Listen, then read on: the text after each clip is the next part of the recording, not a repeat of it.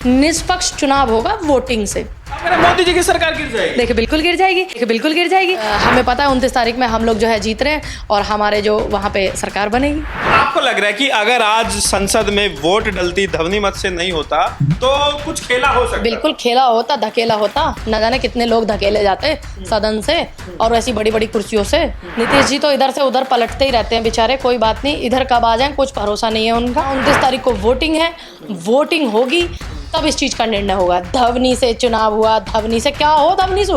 इसीलिए ये ना तो उपसभापति हमारा देना चाहते और यहाँ तक कि नेता प्रतिपक्ष भी राहुल गांधी को ये नहीं चुनने देना चाहते थे। राहुल गांधी से इनको डर था।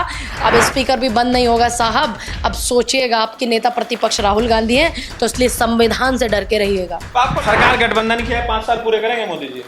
बिल्कुल भी नहीं। बैसाखी जो लगी हुई है वो बहुत जल्दी हटने वाली है। दोस्तों नमस्कार, मैं नाम है अरुण और आप देख रहे हैं टाइम्स एक्सप्रेस। फिलहाल मेरे साथ जो है कांग्रेस नेता पूनम पंडित है, इनसे बातचीत करेंगे। आज जो है स्पीकर का चुनाव जो है ध्वनि मत से हो गया है और बीजेपी के जो कैंडिडेट थे ओम बिरला वो जीत गए हैं और कांग्रेस को जो है हार का सामना करना पड़ा। मैम कैसे देख रहे हैं आप लोगों ने स्पीकर का चुनाव? लड़ाई क्यों था जब पता था कि हारना ही है? देखिए हाय हुल्ला करने का जो काम है भाजपा का अब से नहीं है, ये तब से है जब से नारंगी संतरे पैदा हुए थे। तो इनका हाय हुल्ला करने का काम है। ध्वनि मत से चुनाव नहीं मानते? बिल्कुल नहीं, क्यों नहीं मानते? क्यों मानेंगे इसको हम चुनाव? क्यों मानेंगे? दूसरी बात, बिल्कुल वोट डालना चाहिए। 29 तारीख को वोट है, चुनाव हो जाएगा, पता लग जाएगा। बताइए अगर आप काम किए होते तो आज ये चुनाव की शोर शराबे की जरूरत ही ना पड़ती। जीवन में भाजपा के लोगों ने गलत चीजों का इस्तेमाल किया है, गलत शब्दों का इस्तेमाल किया है और हाय हुल्ला ही किया है। इस देश के लिए कुछ नहीं किया है। जब सरकार का परीक्षण होगा, अगर वोट डलेगा तो क्या लग रहा है फिर क्या होगा? देखिए हमें पता है 29 तारीख में हम लोग जो है जीत रहे हैं और हमारे जो वहाँ पे सरकार बनेगी। आप कह रहे हैं मोदी जी की सरकार गिर जाएगी? देखिए बिल्कुल गिर जाएगी, क्योंकि अगर वोट का डर नहीं होता तो ये नहीं होता। वोट का डर नहीं होता तो स्पीकर ओम बिरला नहीं बनते। ओम बिरला 2 बार से बने हुए बैठे हुए आराम से। क्या किया उन्होंने? आज तक निष्पक्ष कोई काम किया? जब राहुल गांधी सदन में बोलते थे, राहुल गांधी का माइक बंद कर देते थे तो ओम बिरला क्या करते थे? चुप रहते थे। क्या करते थे वो? एक स्पीकर का ये काम होता है क्या? नहीं ना। शांत सौम्य स्वभाव, शांत। अरे बड़ा शांत स्वभाव। आप मतलब अगर आपको नमो टेप चिपका दी जाए तो आप चुप रहेंगे? नरेंद्र मोदी टेप चिपका दी जाए तो आप चुप रहेंगे? एक सांसद चुने हुए आप उनका माइक स्पीकर बंद कराते हो और आप कुछ बोलते नहीं तो फिर आप कैसे स्पीकर हुए? तो इसलिए निष्पक्ष चुनाव होगा वोटिंग से। तो आपको लग रहा है कि अगर आज संसद में वोट डलती ध्वनि मत से नहीं होता तो कुछ खेला हो सकता? बिल्कुल खेला होता, धकेला होता। न जाने कितने लोग धकेले जाते सदन से और ऐसी बड़ी बड़ी कुर्सियों से। अब जब सरकार का परीक्षण होगा तो किस पर नजर है? नीतीश पे, नायडू पे, किस पर नजर है? देखिए वो समय तय करेगा, वो समय तय करेगा।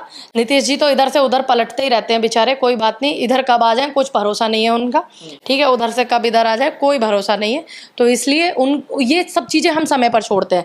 लेकिन हाँ 29 तारीख को वोटिंग है, वोटिंग होगी तब इस चीज़ का निर्णय होगा। ध्वनि से चुनाव हुआ, ध्वनि से क्या हो, ध्वनि से।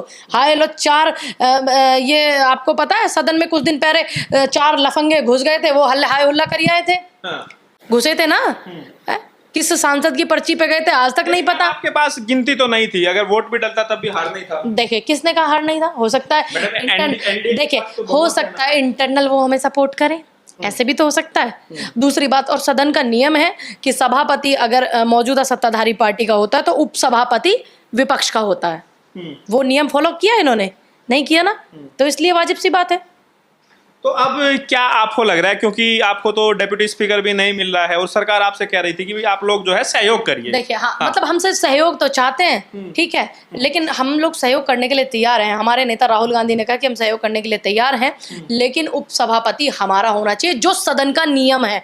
हम तो उस नियम को फॉलो करने के लिए कह रहे हैं और ये देना नहीं चाहते। इसका मतलब इनकी मनसा खराब है। ये इसी तरीके से काम करेंगे जिस तरीके से 10 साल में इन्होंने किए। चाहे वो RDX कहाँ से आई, पुलवामा वाली 40 लोग शहीद हुए हमारे जवान, उनका नहीं पता। बेटी का बलात्कार करने वाले लोग सड़कों पे आजाद घूम रहे हैं, फिर ये वही काम करने वाले।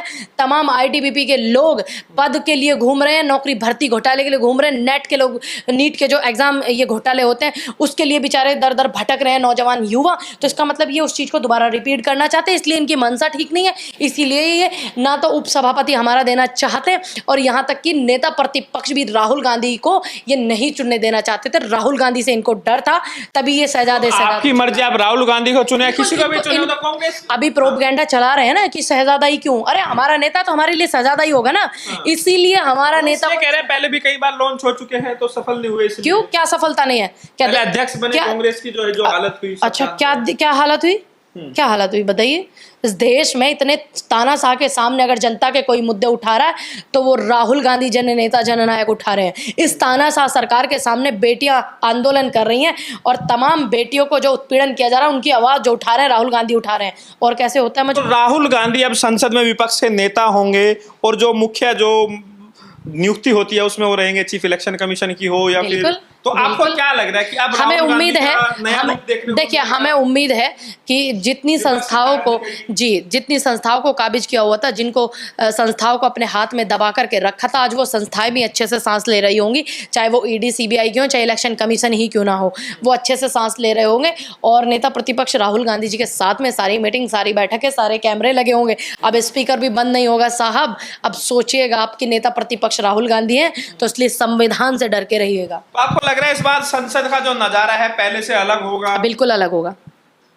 लेकिन बीजेपी ने मैसेज तो दे दिया ना, नहीं तो उन्होंने नीतीश नायडू जली है ज्योत विपक्ष की, नजारा हम भी देखेंगे। मैम मसला ये है ना, क्योंकि बीजेपी ने अपना जो सहयोगी है ना नीतीश और नायडू ने, तो उन्होंने स्पीकर दिया ना, कैबिनेट में अहम पोस्ट दी उनको, जो है रक्षा नहीं दिया, वित्त नहीं दिया। कुछ लोग इसी लायक होते हैं, कुछ लोग जो दल बदलने वाले लोग होते हैं वो इसी लायक होते हैं। कायदे में उनके साथ सही हुआ है, जो हुआ है ना सही हुआ है। लेकिन बीजेपी ने एक मैसेज दे दिया ना भाई, जैसा पहले चल रहा था ऐसे ही अब चलेगा। पहले भी जो मुख्य चीज उनके पास थी, नहीं ये होते कौन है, ये होते कौन है? सदन का एक नियम होता है, कायदा होता है भाई, उसके हिसाब से चलेगा। देखिए अभी ये क्या है, ये अभी नहीं बना है, 29 तारीख है, वो तो सरकार का टेस्ट ये हाय हल्ला हो रहा है, ठीक है, लेकिन हम तो मजबूत स्थिति में बैठे हैं ना वहां पे। आप सोचते हो कि आप अपनी मनमानी कर दोगे, पीछे के बैक गेट से घुमा करके किसानों के बिल जैसे लेकर के ऐसे बिल पास कर दोगे, वो बिल नहीं पढ़ने वाले। अब ऐसे बिल पास नहीं होंगे सदन में। तो अब कांग्रेस जो है पहले दिन से जो है दो हाथ करने को तैयार है। देखिए ये जुबानी शब्द सरकार से मोर्चा हमारे नहीं है, लेकिन हमें इतना पता है कि सड़क से लेकर के संसद तक कांग्रेस हमेशा जनता के मुद्दों को उठाती है, सरकार से हमेशा भिड़ती है जनता के मुद्दों के लिए, अपने पर्सनल इंटरेस्ट में नहीं घुसती है कांग्रेस, ठीक है। तो वो जनता के मुद्दों और देश के मुद्दों को लेकर के घुसती है। पहले दिन जो है संसद में संविधान, कांग्रेस से विपक्ष से सारे लोग पहुंच गए, पहले दिन जो है वहां पे मार्च निकाला, तो मतलब सरकार को चलने दीजिए, पहले विरोध, ये सारी चीजें। किसमें का विरोध है? संविधान को लेकर के चलना विरोध है क्या? बताइए। नहीं, अगर मार्च संविधान को लेकर के तो अच्छी बात है, लोग और जागरूक होंगे, जनता और जागरूक होगी, संविधान को जानेगी, संविधान को समझेगी, तो क्या ये गलत है? आज जंतर मंतर, जो काम भाजपा का है, सत्ताधारी पार्टी का है, वो विपक्ष कर रहा है, क्या गलत कर रहा है? आज जंतर मंतर पे प्रोटेस्ट हो रहा है कि बाबा साहब की और जो है महात्मा गांधी जी की जो मूर्ति है जो वहां पे संसद परिसर से हटाई गई, उसको लेकर लोग बड़े आक्रोशित हैं। बिल्कुल है, बिल्कुल महात्मा गांधी जी की मूर्ति होनी चाहिए और डॉक्टर भीमराव अंबेडकर की मूर्ति होनी चाहिए, क्योंकि एक व्यक्ति वो थे जिनकी वजह से आज ये व्यवस्थाएं चल रही हैं, जिन्होंने आंदोलन चलाए देश में, देश को आज़ादी दिलाई, सभी को एकजुट करके, इकट्ठा करके। और एक शख्सियत वो है जो संविधान की ड्राफ्ट कमेटी के अध्यक्ष हैं और संविधान में उनकी बड़ी सम्मान है, इस देश में सम्मान है, तो दोनों का फोटो लगना चाहिए। के सुरेश जो जिनको कांग्रेस ने स्पीकर के पोस्ट के लिए अपना कैंडिडेट बना, उससे पहले कहा कि इनको प्रोटेम स्पीकर बनाया जाना चाहिए, सबसे वरिष्ठ है। बीजेपी पर आरोप लगा कि इसलिए वो के सुरेश को नहीं चाहते क्योंकि वो दलित समाज से आते हैं। क्या ये सब प्रोपेगेंडा है?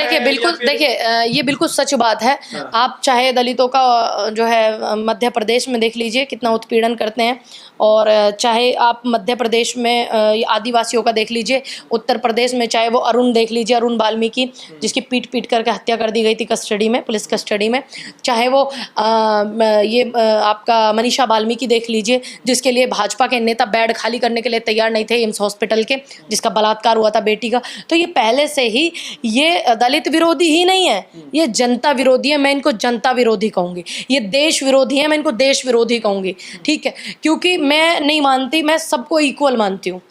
मेरी नजरों में जितनी मैं पूनम पंडित एक ब्राह्मण समाज से आती हूँ, मेरे वोट की वैल्यू है, उतनी वैल्यू एक दलित समाज के व्यक्ति की है। व्यवस्था बनाई है, लेकिन मेरे लिए कोई दलित नहीं है, मेरे लिए कोई क्यों कह रही है कि उनके साथ भेदभाव, उनको मौका नहीं दिया क्योंकि वो दलित। देखिए ये तो है ही उनका प्रोपेगेंडा, वो तो मानते हैं ना इस चीज को, भाजपा तो मानती है ना इस चीज को, मनुवादी सोच रखती है भाजपा, रखती है ना। सबका साथ सबका विकास हो रहा है, वो समझ में नहीं आ रहा। लेकिन आप हो कहाँ रहा है, दिखाइए, हो कहाँ रहा है, दिखा कहीं सड़कों पे आपको दिखा कहीं? इतना टैक्स भरा जा रहा है, इतना टैक्स सड़कों पे लूट कर रहे हैं, इतना ज्यादा टोल टैक्स वसूल रहे हैं, किस लिए वसूल रहे हो बताइए मैम? क्या लग रहा है जब कोई गाड़ी लेकर के आदमी आता है, क्या रोड टैक्स नहीं देता है? देता है ना। 2.5-3 लाख रुपए के आसपास में रोड टैक्स दिया जाता है, और आपने हर 50 किलोमीटर पे टोल टैक्स इतने बड़े बड़े बनाए हुए हैं जिनकी टोल टैक्स 500-600 गाड़ी लेकर के जाते हैं, फर्राटेदार चलते हैं, वो नहीं दिखता है, पैसा गड्ढों में से निकलता है। तो फर्राटेदार क्यों गड्ढों में से क्यों निकलता? अब से पहले सड़कें नहीं थी। बस इतना है कि नितिन गडकरी जी ने कनेक्टिविटी ठीक की है, ऐसा नहीं है सड़क नहीं बनी हुई थी। राजीव गांधी जी ने नहरों और सड़कों का किया करा था, क्यों? हम तो पहले ही दे देते हैं जब गाड़ी लेते हो। आप देते नहीं हो क्या? 2.5-3 लाख का रोड टैक्स नहीं देते हो? फिर इसको लूटने का, घसूटने का, इनकी जो गिद्ध वाली निगाह है ना, जनता का पैसा बस घसूट लो। मैम अभी ये भारतीय किसान यूनियन वाले सारे के सारे कहाँ हैं? ये सारे जब कुछ प्रोटेस्ट होवे तो बरसात में तो तुम निकल आते हो, है ना? मैंने तो इस चीज को बोला भाई, बाकी के लोग कहाँ हैं? अभी किसानों को टोल के लिए इतना बुरा व्यवहार किया गया है ना सरकार द्वारा कि इनको टोल फ्री नहीं होगा, इनकी पन्नियां उतार के फेंकी गई, यूनियनों की पन्नियां उतार के फेंकी गई गाड़ी पे से, उनके स्टिकर हटाए गए हैं। तुम्हारी हिम्मत कैसे हुई स्टिकर हटाने की? ठीक है, अब आप ये बताइए, बाकी के लोग एक होंगे तभी तो बात मुद्दा उठेगा ना। अब ये तो नहीं सब के सब अपनी डपली अपना राग अलग बजाने लग जावे, जिसे थोड़ा सा फायदा हो जाए, किसी को रोड कंस्ट्रक्शन का काम मिल जावे, किसी को पेट्रोल पंप मिल जावे, किसी को जो है सुनिए किसी को जो है अटैची भर के मिल जाए, जो सुबह लेके रात को लेके भाग जाए, सुबह किसान ढूंढते रहे। मैं तो उन सभी के लिए बोल रही हूँ जो अब बोल नहीं रही है, जो अब नहीं बोल रहे हैं। अब बोलिए ना, चंद लोग ऐसे हैं जो ईमानदार है, भारतीय किसान यूनियन है, यूनियन के नाम पे सारे लूट कर रहे, इसीलिए तो ये फायदा उठा रहे। नहीं किसी की इतनी औकात है कि किसान का झंडा डंडा हटा दे। ठीक है, अब आप ये बताइए, सरकार कहते हैं ना घर का बेदी लंका ढावे, सरकार गठबंधन किया है, 5 साल पूरे करेंगे मोदी जी? बिल्कुल भी नहीं। क्यों? बैसाखी जो लगी हुई है वो बहुत जल्दी हटने वाली है। आखिरी सवाल है, जो पहले जो मंत्री हुआ करती थी स्मृति ईरानी, उनको घर खाली करने की नौबत आ गई, तो कैसे देख रहे हैं? मैं तो राहुल गांधी को लेकर भी बड़ा, जिंदगी एक किराए का घर है, एक ना एक दिन बदलना पड़ेगा, मौत जब आवाज देगी तुझको से बनों पे चलना पड़ेगा। जिंदगी ही किराए का घर है, तुम घर पे लड़ रहे हो, बंगलों पे लड़ रहे हो, ठीक। और दूसरी बात, एक ऐसी अहंकारी महिला को हराने के लिए कांग्रेस के एक कार्यकर्ता ने इतनी मजबूती से चुनाव लड़ा कि अहंकार टूट के नीचे, जो सिर्फ टारगेट करती थी राहुल गांधी जी को, कि राहुल गांधी जी ने मुझे आंख मारी, मुझे किस किया, मुझे ये किया, मुझे वो किया। मेरे नेता राहुल गांधी इतने शरीफ आदमी उस महिला की तरफ देखते भी नहीं थे सदन में। अच्छा है मेरे नेता की जो गले में फांस की तरह अटकी हुई थी, बस कि एक बार मुझे देख ले, एक बार मुझे देख ले, ये सोचती थी स्मृति ईरानी जी। लेकिन अब शुक्र है कि अब तो उनको दीदार हुस्न राहुल भी नहीं होगा। अब आप ये बताइए, जो बात आप कह रहे हैं, दुख हुआ एक महिला, एक धुरंधर महिला हारी? जी बिल्कुल भी नहीं, बहुत अच्छा लगा कि एक ऐसी महिला हारी है जो मणिपुर पर चुप्पी साध के बैठी हुई थी, जिन बेटियों के बलात्कार हुए, नंगी घुमाई गई लड़कियां, उनके मामले में चुप रही, किसानों के मामले में चुप रही, किसानों के ऊपर ट्रैक्टर चढ़ा दिए, चुप रही, इतने एग्जाम पेपर लीक हुए तब चुप रही। और हरियाणा की जो बेटियां, यूपी की जो बेटियां पहलवान बैठी हुई थी धरने पर, उनको घसीटा गया तब वो चुप रही। ये बहुत अच्छा जनता ने करारा जवाब दिया। और मैं उस पत्रकार को, दैनिक भास्कर वाले को मैं बोलूँगी कि भाई आपकी अगर वो वीडियो वायरल नहीं होती तो तमाम पत्रकारों का ज़मीर नहीं जागता। और इस महिला को हराने में जितने हमारे वोटर्स का योगदान है उतना उन पत्रकारों का भी है, जिन्होंने दिखाया कि स्मृति ईरानी अपने संसदीय क्षेत्र में नहीं आती, ना कोई काम करती। आने वाले समय में क्या स्थिति नजर आ रही है? कांग्रेस कुछ कर पाएगी? हरियाणा में भी चुनाव है और आगे महाराष्ट्र में चुनाव है, फिर बिहार में चुनाव है, क्या लग रहा है आने वाले मतलब एक साल? हम हरियाणा में अपनी सरकार बनाने चाह रहे हैं और आने वाले टाइम में हम अपनी हर स्टेट में सरकार बनाएंगे मजबूती में। जी जी बिल्कुल। चलिए, तो ये थी मेरे साथ पूनम पंडित, इनसे हमने बातचीत हुई, पूरी बातचीत, पूरा इंटरव्यू आपने सुना। आपकी क्या राय में जरूर है, वीडियो को लाइक कीजिए, शेयर कीजिए, टाइम्स एक्सप्रेस को सब्सक्राइब कीजिए।